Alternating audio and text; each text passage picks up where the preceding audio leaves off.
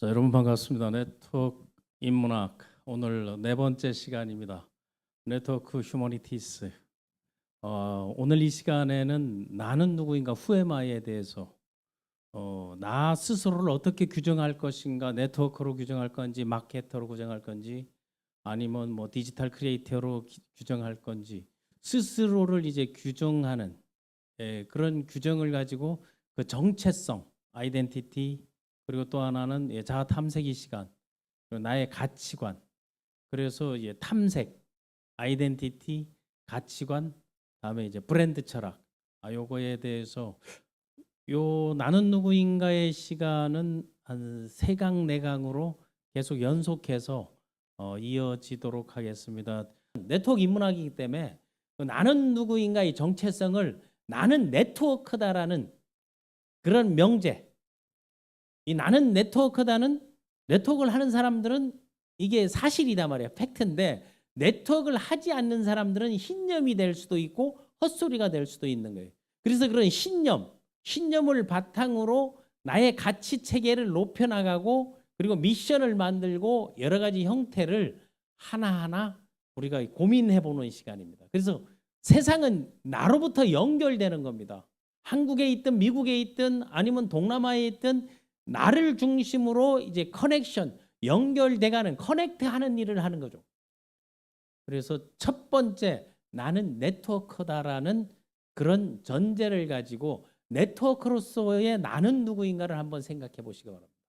그럼 네트워크로서의 나는 누구인가를 생각하기 위해서는 핵심 가치와 신념, 그 가치관 얘기하잖아요. 그거를 복잡하고 어렵게 생각하지 않아도 되면, 가치관이라는 것은 내 생각에, 내 마음속에 가장 우선으로 생각하는 거, 가장 까맣게 보여지는 거.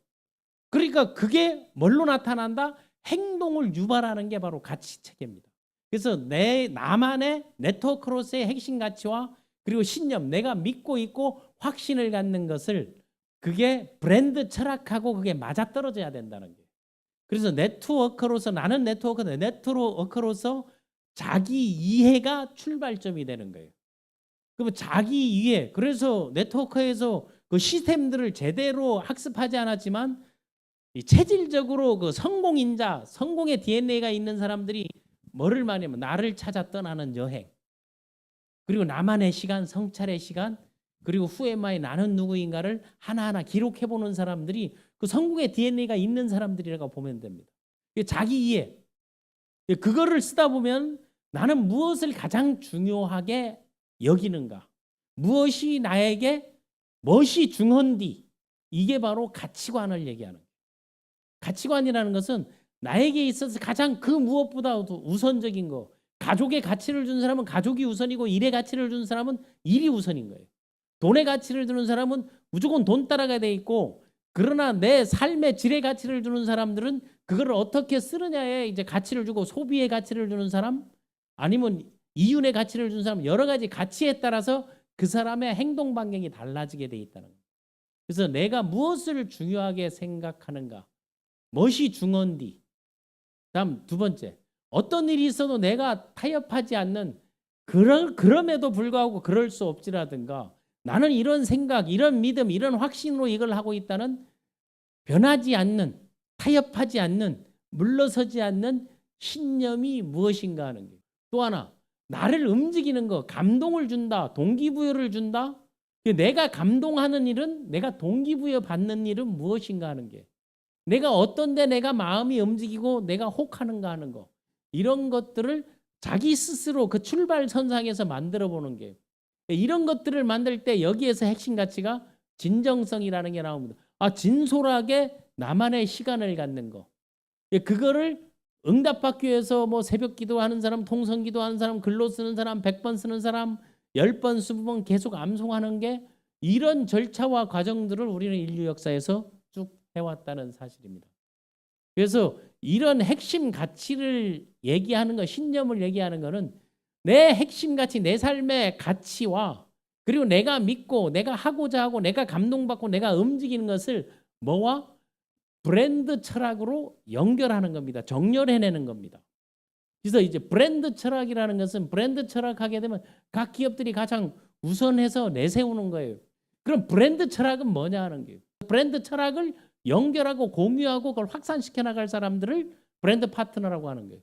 어떤 데는 멤버십이라고, 어떤 데는 G쿠퍼라고 하는 거고, 어떤 데는 비즈니스 오너라 하고, 각각의 그 회사가 추구하는 방향대로 그걸 만들어 나가는데, 브랜드 철학은 모든 기업이 모든 제품이 생산해서 브랜드 철학은 필요한 거죠. 그 브랜드 철학을 가장 높였던 그 대표적인 케이스가 아이폰, 스티브 잡스 아니에요. 애플. 그 브랜드 철학을 가지고 뭐 슬로건을 만드는 거죠. 그 슬로건을 세상에 퍼뜨리는 거예요. Think different. 어떤 데는 뭐 사랑해요, 뭐 어디가 만들면 다릅니다. 이런 것들이 브랜드 철학이잖아요. 제조 생산의 철학들을. 그럼 여러분들의 1인 기업가로서 미디어로서 네트워크로서 브랜드 철학을 갖기 위해서 가장 기본이 되는 이런 이론들, 이런 것들을 이제 함께 하는 거예요. 그럼 브랜드 철학이란 무엇인가? 내가 하는 사업이 컨슈머가 될 수 있고 파트너가 될 수 있고 소비자가 될 수 있고 고객이 될 수 있고 이웃이 될 수 있고 사회가 될 수 있고 국가가 될 수 있습니다. 그럼 내가 하는 사업이 나 말고 다른 영역, 사회와 고객에게 전달하고자 하는 메시지예요. 그 메시지에 맞는 그 존재의 리더십을 결정하는 존재의 태도라 그랬잖아요. 그래서 메시지와 태도를 얘기하는 것입니다. 그래서 나의 사업이 다른 나 의외의 모든 영역, 사람, 조직, 팀, 구성, 사회, 이웃, 국가에 전달하고자 하는 메시지가 뭐냐? 그렇다면 그거를 윈윈 상생할 수 있는 거, 제품 브랜드 철학도 있을 거고 회사 브랜드 철학도 있을 거고 개인 브랜드 철학도 있고, 그래서 자기를 브랜드화하고, 그래서 아카데미에서 제가 무슨 얘기를 해서 그 아카데미에서는 검색하는 사람이 되지 말고 검색되는 사람이 되라는, 이게 브랜드 철학의 영향을 받은 거예요. 그런 메시지와 태도. 브랜드 철학의 예를 보게 되면 요즘 최근에 MZ 세대들이 가치 소비 많이 얘기하잖아요. MZ 세대들을 확보하고 그들이 주축이 된 비즈니스는 100% 성공하게 돼 있어요. 그들을 후원하고 서포트해 주는 게 베이비 부머 세대. 그들의 연결고리가 되는 사람들이 XY 세대. 그럼 세대를 어우르는, 세대를 뛰어넘는 그런 비즈니스가 가능하게 되어 있습니다. 브랜드 철학의 환경을 해치지 않는 소비로 지속 가능한 삶을 지향한다. 스마트폰 하나로 비즈니스가 되는 거예요. 그래서 여기서 핵심 키워드는 가치 소비예요. 그리고 가치 소비라는 건 소비하는데 우선적으로 두는 게 가치 소비인가 아닌가 하는 게. 그 가치 소비에 가성비도 들어갈 수 있고 가심비도 들어갈 수 있고 또 하나는 뭐 명품도 들어갈 수가 있습니다. 그 가심비 측면에서. 그런 것들에서 광고나 브랜드 이미지에 휘둘리지 않고 본인이 가치 판단, 나는 이게 중요해. 그러니까 신념이 필요한 거 아니에요. 어떤 것과도 타협하지 않고 나는 곧 죽어도 이걸 쓸 거야. 친환경을 쓸 거야. 넌케미칼을 쓸 것이야. 그리고 나는, 어떤 사람들은 나는 우리나라에서 생산된 제품을 세계로 알리는 데 쓰겠다 하는 거고, 어떤 사람들은 해외에 좋은 것들을 국내에 팔아먹겠다 하는 사람도 있을 거 아니에요. 그런 것들에 대해서 그 가치 혁신, 그리고 나만의 가치들을 만들어낸 게, 그래서 가치 판단을 토대로 제품을 구매하는 합리적인 소비 방식을 가치 소비라는 게, 이게 지금의 네트워크 마케팅 또는 뭐 인플루언서들이 얘기하는 거, 아니면 뭐 리셀러들도 마찬가지고 전부 가치 소비에 방점을 두고 있습니다. 그래서 이거 코로나19 이후에 특히 코로나가 생겨나고 그 원인들이 지금 봐보세요. 37도까지 올라가는 게 그 기후 온난화. 그래서 아리백 얘기하고 재생에너지를 얘기하고, 이제 그 과거에 우리를 이끌었던 성장 동력들이 지금 탈바꿈하고 있는 거예요. 특히 환경에 대한 소비자들이 관심이 높아지고 있는 상황에서는 여러분, 친환경은 충분하게 가치 소비의 핵심 키워드가 될 수 있는 거죠. 넌케미칼, 그리고 안전한 거, 그리고 착한 가격, 이런 것들이 다 돌아갈 수 있는 거, 이런 것들이 브랜드 철학 얘기입니다. 그래서 브랜드 철학만 갖고 얘기를 한다면은 그거는 회사에 좋은 일을 시키는 거죠. 그러면 나만의 브랜드, 나의 브랜드와 회사의 제품의 브랜드 철학과 기업이 나가는 그 미션과 서로 상생할 수 있는가 없는가들을 하나씩 찾아 나갑니다. 그래서 신념과 브랜드 철학이 만나는 핵심 메시지들이 있죠. 그걸 크게 보게 되면 ESG 경영, 그 핵심 메시지가 되는 거예요. 신념과 브랜드 철학이 만나는 거죠. 특히 이제 세계에서 이게 록펠러 재단에서 2006년도인가 이제 설립한 비콥 인증이라는 게 생겨나요. 비콥 인증이라는 것은 재무적 가치, 재무적 성과, ESG 경영, 그리고 사회적 역할과 가치와 선한 영향력이 아주 균등하게 이루어지게끔. 그래서 비콥 인증을 받기 위해서 서로 기업들이, 특히 한국의 기업들은 비콥 인증, 상호 인증 서약식을 쓰게 돼 있습니다. 뭐 세계적 기업들 많잖아요. 뭐 올원이라든가 파타고니아라든가 탐앤탐스라든가 베넨저리 아니면 뭐 일리 이런 것들이 생겨나고, 또 이 제네럴바이오, 지코비 이런 제네럴바이오 이런 회사들이 비콥 인증을 받은 회사죠. 그러면 이 회사들이 추구하는 기존의 덕목과 가치가 나의 삶에서 추구하는, 내가 네트워크로서 추구하는 가치가 맞아떨어지나 그게 동일한가, 공동의 가치를 브랜드 철학으로 만들 수 있는가. 그래서 직접 제조, 직접 생산을 한다. 직접 제조, 직접 생산하게 되면 핵심 메시지 뭐예요? 아, 가성비 좋은 착한 제품이 나오겠구나. 그럼 나의 가치는 가격이 정직하고 보상이 정직하고 비즈니스 방식이 정직하다. 이런 거를 접목시킬 수 있는 것이죠. 나는 다른 사람들을 배려하고 다른 사람들의 기회를 주고 다른 사람들을 선도하고 선한 영향력을 발휘한다. 가치 소비의 첫 번째 조건이 친환경 넌케미칼 아니겠습니까? 내 가족, 내 아이, 내 부모들이 안심하고 안전하게 쓸 수 있는 거, 그리고 지구를 살리는 일, 자연을 보호하는 일, 그리고 환경에 대해서 생각하는 거. 그거를 과거에는 웰빙 중심 친환경이었는데 지금은 웰리스 중심 친환경. 그 웰빙과 웰리스의 차이는 뭐, 웰빙은 그냥 좋은 거예요. 그냥 좋은 것들을 갖고, 그러니까 그 웰빙의 차원, 비콥에도 보게 되면 as a force for good, 좋은 최상의 그 상태들을, 그런 파워들을 최상급으로 이제 만들어내는 것들이 비콥 인증 회사들이 갖고 있는 특징인데, 여기에 웰리스라는 건 그 좋은 거에서 피트니스가 가미된 거예요. 내가 행동을 통해서 더 나아지는 거, 움직임을 통해서 더 나아지는 거, 그거를 그 웰리스의 영역, 뭐 퍼포즈풀 웰리스 얘기하죠. 그 내 목적적 웰리스. 옛날에 웰빙에서 웰리스는 내가 직접 행동한다는 거, 그냥 배우고 가르치는 게 아니고 런 티치가 아니고 런 더 베이직, 두 더 베이직, 티치 더 베이직. 기본을 가르치고 기본을 행동하는 정직한 존재의 태도를 보여주고 또 그것을 성과를 바탕으로 가르치는 거. 그래서 웰리스 중심 친환경. 여기에는 내 가족이 쓸 수 있는 안전한 제품이다라는 게 들어가 있기 때문에, 여러분이 네트워크를 통해서 이거 친환경 넌케미칼 좋고 가격이 싸고 한데, 우리 현실 세계에서 한번 뒤돌아보고 존중받지 못하는 이유 중 하나가 앞과 뒤가 다르다는 거죠. 말과 행동이 다르다는 거죠. 그리고 마케팅 홍보하고 보여줬던 거하고 실제가 다르다는 거죠. 그러니까 불법의 유혹을 못 이겨내고, 또 근본 없는 직구에 그 직구를 다시 리셀러 하는 거, 리셀러는 뭐 지금 법적으로 허용되어 있기 때문에, 그러니까 처음부터 우리가 이런 것들을 파악하고 분석하고 나갈 수 있는 그런 철학적, 그 철학 앞에 경영 철학. 그래서 회사를 알아볼 때 경영 철학이 무엇인가 하고, 그럼 나의 비즈니스 철학, 사업 철학이 무엇이고 내 삶의 인생 철학이 무엇인지를 접목하기 위해서 네트워크 인문학을 하는 겁니다. 그리고 내가 성공보다 성장이 우선이다 하는 거. 그 무엇보다 성공은 이정표이지 성장은 내가 끊임없이 철학자들이 추구했던 거죠. 나를 잘하게 하고, 그리고 파트너를 잘하게 하고 조직 팀을 이끌어내는 거. 이게 브랜드 철학에서는 파트너 육성 아니에요. 모든 기업들이, 모든 팀들이, 모든 시스템에서 말하는 것이고, 여기서 핵심 메시지는 혼자보다는 함께 성장하는, 이 소위 말하는 찐 성공, 이런 것들을 만들어낼 수 있게, 이게 신념과 브랜드 철학이 만나는 핵심 메시지인 겁니다. 그래서 아이덴티티를 기반으로 지속 가능한 퍼스널 브랜드를 구축하는 거.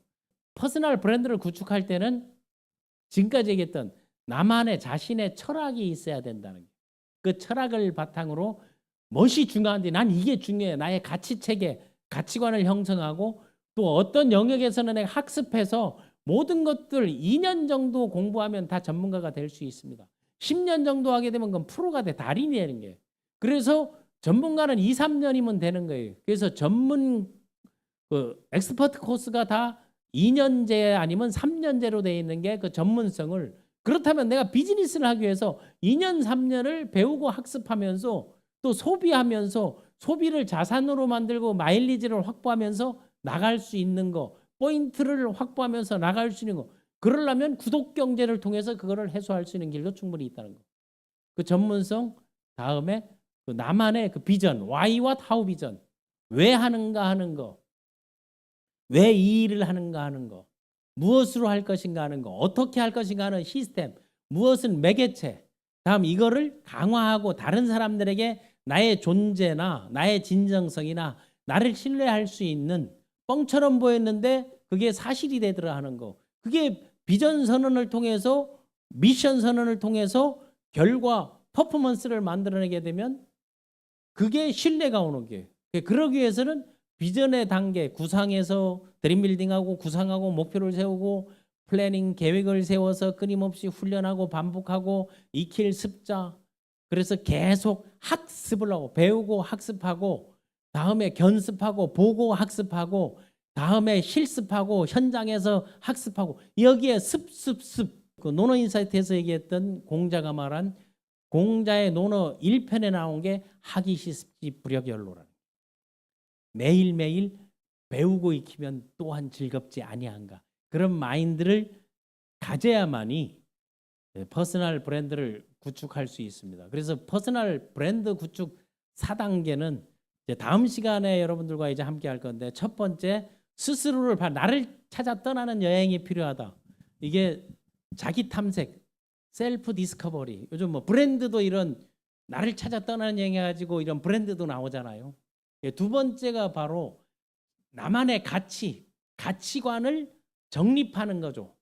무엇이 중요한 우선순위를 정하는 거죠. 사람도 인맥도 마찬가지고, 그리고 돈의 쓰임도 마찬가지고, 시간 할애도 마찬가지고, 그리고 그거에 대한 메시지와 브랜드 철학. 그래서 나의 가치 탐색을 할 때는 가치, 또 나의 단순한 장점, 좋은 점이 아니고 강점, 경쟁력이 있는지 뭐를 찾아보는 거, 그리고 나의 아이덴티티가 뭐냐, 나의 존재론적, 그리고 뭐 피지컬은 어떠한지, 그리고 목적적인 거, 퍼포즈풀 웰리스, 피지컬 웰리스, 그리고 뭐 친환경 생활은 어떻게 하는지, 내 생활 패턴 쓰레기는 어떻게 배우는지, 그게 엔바이러먼트 웰리스 아니겠어요? 또 여기에서 파이낸셜 웰리스가 가능한지, 또 내가 인텔렉츄얼, 지적으로 성장하면서 학습할 수 있는지, 그 여러 가지 요소들을 하나씩, 그리고 사회적 소셜 웰리스, 이런 영역에 맞게끔 하나하나 그걸 구축해 나가는 시간들을 여러분들과 한다면, 멘탈 웰리스, 우리가 인문학 철학을 하는 것은 내 멘탈이 강해지고